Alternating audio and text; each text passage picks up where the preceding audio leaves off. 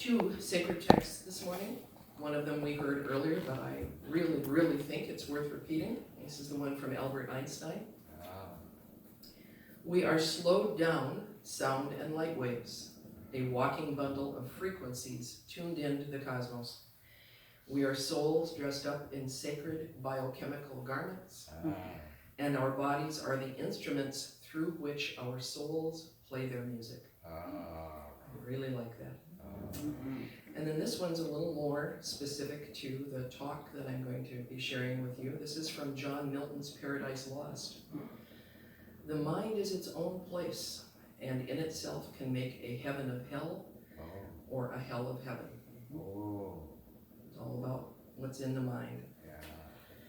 So, in the lovely world of serendipity, I was at one of my favorite thrift boutiques earlier this summer. And a good friend of mine was going through a difficult time, and I thought I'd look for some little something to try to not specifically cheer her up, because there are times when cheer is not the answer, but just to help her cope with it. So I was browsing through the books, and here's a cute little book. It's called A Beginner's Guide to the Universe. And, very sweet. There's a bird with flowers, and, and it's by a guy named Mike Dooley, and I don't know Mike Dooley from, anybody else on the shelf. So I thought, well, I'm just going to take a quick look and see if I think that this would be helpful. So again, in the lovely little world of non-serendipity, I opened it to page 55, and this is what I found. The path to enlightenment usually includes many stages. Most commonly, it begins with festering misunderstandings that lead to pain. Then pain leads to growth. Growth leads to clarity. Clarity leads to fun. Fun leads to joy. And joy leads to true illumination. Whenever possible, and it usually is, I recommend skipping to the fun part.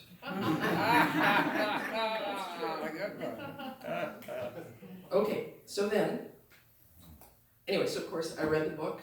It's a wonderful little book. Turns out Mike Dooley has been writing and speaking about New Age, cosmic, metaphysical stuff for many years, and he was actually involved in the movie The Secret. So if you want to check him out, it's well worth doing. And I do intend to pass along this book at some point in time, but I'm not letting go of it just yet. Okay. So the big question, of course, is how do we manage to just skip to the fun part? How do we manage with the way that we have been programmed to just skip to the happy part? And I'm part Capricorn, so, excuse me, I really like nuts and bolts, if there's such a thing as nuts and bolts when you're talking about spirituality.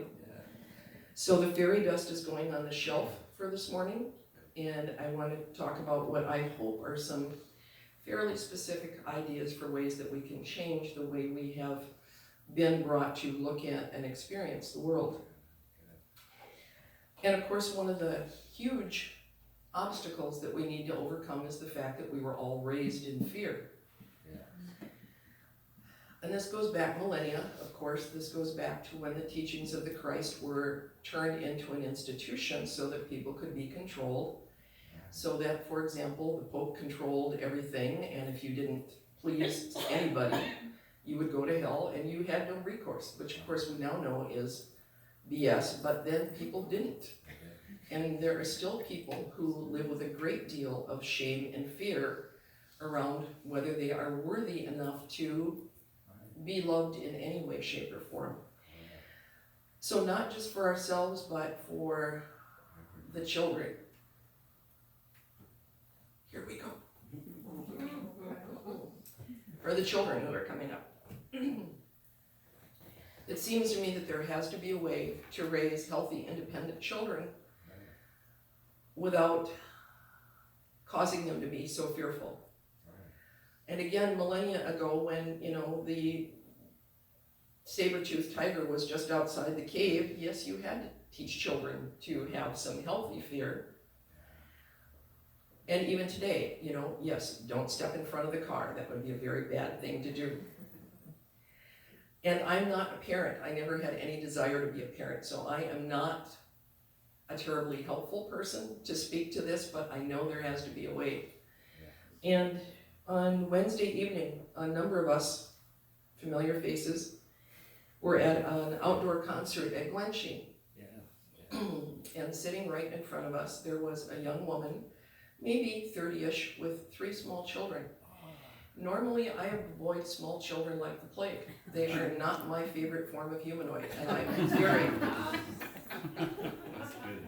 Because being little people, they cry, they fuss, they, you know, et cetera, and it's just part of growing up, but I don't particularly enjoy sharing that experience. What I realized as our time there went on was there was no crying, there was no fussing, there was no screaming, demanding of attention, or any of the sort of thing that you would normally expect from 3 small children. There was a little girl who was maybe 2 little boys, maybe 4 and 5. The 2 little boys were playing in the very shallow water right at the beach. And the only point was when there was any fussing is the middle child slipped on a stone and fell in. And he was only wet from the waist down, but you know, it was a shock, and the water's cold, and so, you know, he cried for a minute. But his mom was very good. She didn't go, "Oh, poor baby, oh." She said, "Oh, that's okay, honey," and just squeezed the water out of his pants. So she comforted him, but she didn't make a big deal out of his experience. She didn't validate for him that he was a victim in any way, shape, or form. So part of my experience there that evening was watching this young woman and thinking, how on earth did you learn to raise such wonderful, healthy children? And I don't know the answer to that, but it gives me great hope that we can raise children to know not to step in front of a speeding car without scaring the crap out of them, or without instilling fear that they will carry for the rest of their lives. Somewhere that's out there. Some parents have it. I hope they can spread it around. So that's, and we can influence those children even if we aren't, you know, even if we aren't parents or won't be in this lifetime. You know, whether it's grandchildren, other people's children, you know, takes a village to raise a child idea, we can all have some influence on the people who are coming up behind us.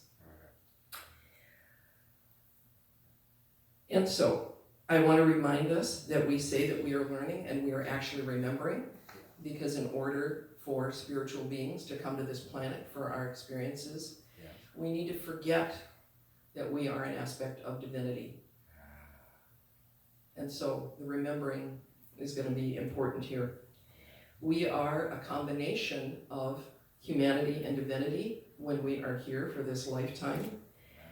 But we must remember our divinity, or we will be mired in our humanity. And when we're stuck in our humanity, we are really stuck. That's when we feel like victims. We feel like hurting other people before they hurt us. You know, all that sort of thing. And the problem with that we need to deal with is that when we do agree to forget, when we agree to come for this lifetime, our fear of separation can help keep us stuck in our humanness, even if we don't know that that's why we're afraid. On a spiritual level, imbued with our humanity, a fear arises.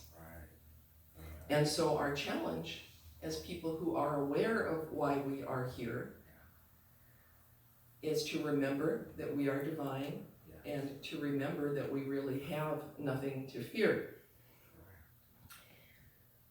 About, or more than 30 years ago now, when I was first starting my conscious spiritual journey, my oldest sister, who passed away about 6 years ago, was very interested in the teachings of the Rosicrucians, and that was beginning, you know, just the beginning of opening a door for me. And one of the most important things I learned from that particular school of thought is the phrase, energy follows thought. So in other words, what we put our energy towards is what we will manifest right in front of our faces. Correct. Whether we know it or not, whether we want to think we had anything to do with it or not, our energy, our thoughts, our will focused on something will cause it to appear in our lives. Friday night I was at a movie, and a rather long movie, and I pulled out my phone at one point to see what time it was, and I noticed there was a little message on the screen that said battery critically low. And I thought, well, that's baloney. I just charged you for 8 hours last night. So I put it back in my purse. When I got home, it appeared as though the phone was dead. And I thought, I'll just plug it in and it'll be fine. So I plugged it in. Yesterday morning, I went and looked at it, and there was a little green box on the screen that said 100%. And yet the phone would not come on. Now, here's the backstory. I never turn my phone off because as I mentioned, I have a brother-in-law who is much older than I am and in rather frail health, and so my agreement with my sister is that I will always be available. And so I'm thinking, oh, bad word, my phone has died. And, and yes, so you go and get a new phone. I would rather have been able to plan that myself. I like to plan things, being part Capricorn. So before stores opened at 9 o'clock yesterday morning, I spent a couple of hours. I did some research online to see what I might want that I would feel was affordable. I did a live chat with a guy at AT&T corporate who was very helpful. And then I went to the AT&T store in Central Entrance. Yeah. And here's where it does get funny. So I walk in, and of course, here I am, obviously a person of a certain age, and all the employees are probably no more than 21. And I look around, and all the other customers are in my ballpark, age-wise. So this nice young man came up to me, and I told him what was going on, and he was going to show me phone models. And I said, before we do that, let's just make sure that the phone is dead. So I handed him the phone, I showed him the little box that said everything was okay. And he did something, I looked away from it, I came back, and the phone is alive! And I said, what did you do? He said, I turned it on.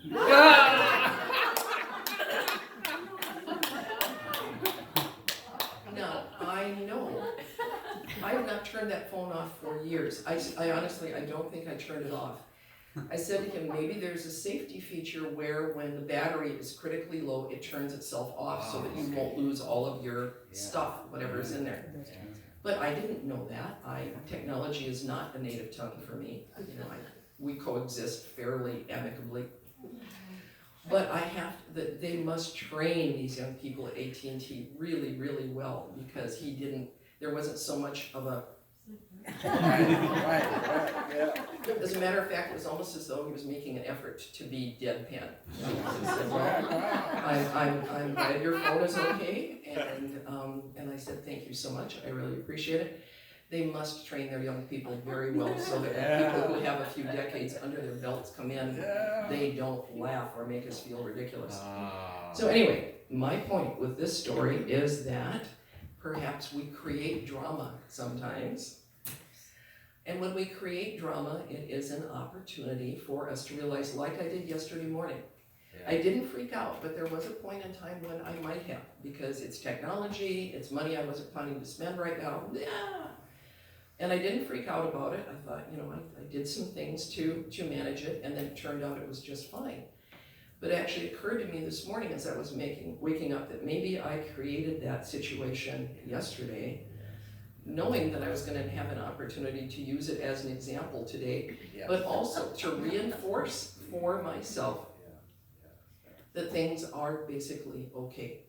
And now we're going to get a little more serious. Okay. It seems to me that the most helpful thing we can do, especially those of us who have a few decades under our belt, is to think about what I will call detachment. And detachment, the word nerd in me loves an excuse to go to the dictionary. So, detachment does not mean not caring about something. It means freedom from prejudice or partiality. freedom from prejudice or partiality. And so, we need to detach ourselves from the beliefs that hold us back. So if you believe that you can't do something, it will hold you back. And so, and this feels just a little bit scary because I don't want to offend anyone, but maybe I do want to challenge someone. None of us are what has happened to us in our lifetimes. I'm going to say that again. None of us are what has happened to us in our lifetimes. Everyone in this room has experienced some pain, some loss, possibly trauma, abandonment, betrayal, painful, sometimes awful things. And yet we have a choice whether to believe that we are what happened to us or to understand that we are always our spiritual self and that we can take that stuff along. And I love this little metaphor. All that junk that has happened to us, the beliefs are like barnacles on a ship. They attach themselves because our life force supports them. If we don't want those limiting false beliefs to continue to hold us down, we need to scrape them off. Or as Taylor Swift said, shake them off. Oh, I like that. Yes, so scrape them off, shake them off, whatever works for you. One of the great challenges of being human is not being blinded to our divinity by our emotions. And if you remember the movie What the Bleep, there's an excellent little montage there, animated montage, about what happens internally when we experience certain emotions. And many emotions, you know, we feel the emotion, we register it in our brain, and the brain releases a cascade of chemicals in the body. So whether you feel that euphoria from falling in love, or think of for a minute about a time when you felt righteously angry. It's like, that's not right, that shouldn't have happened, that person is wrong, righteous, righteous, righteous, and you get a little sort of emotional high from it, because the body is in cahoots. The body releases these chemicals that make us feel good, which just make it that much harder to say, this is true, that's not. And each one of us needs to take responsibility for being aware of all of the little sand traps in life and deciding what to do about them. And so, one last thing, and I do not pretend to know why we're here. That's a really, really, really big question, and maybe there are multiple answers. But it occurred to me that maybe we are here, amongst other things, to remember to forgive, because forgiveness, especially when we feel someone has harmed us, forgiveness is probably then the greatest opportunity to express in this lifetime the love that we really are. And so, to recap,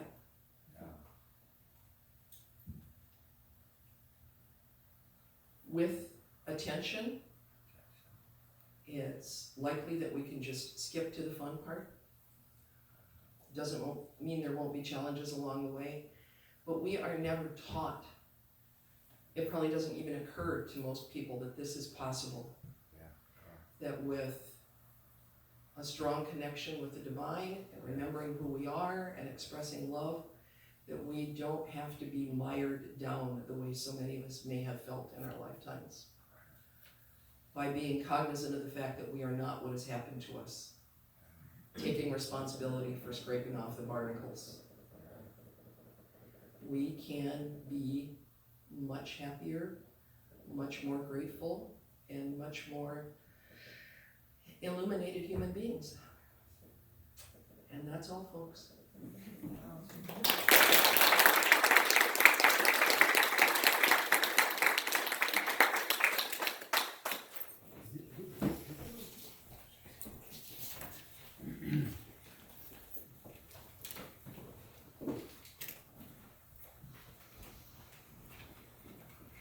And now I'd like to call for the offering, please.